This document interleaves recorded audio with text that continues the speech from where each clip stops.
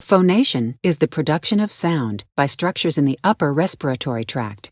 During exhalation, air passes from the lungs through the larynx. Muscles in the larynx can act to move the arytenoid cartilages that then move the cords. The cords are pushed together, and air passes between them in such a way as to make them vibrate, creating sound. Greater tension in the vocal folds creates more rapid vibrations and higher-pitched sounds. Lower tension causes slower vibration and a lower pitch.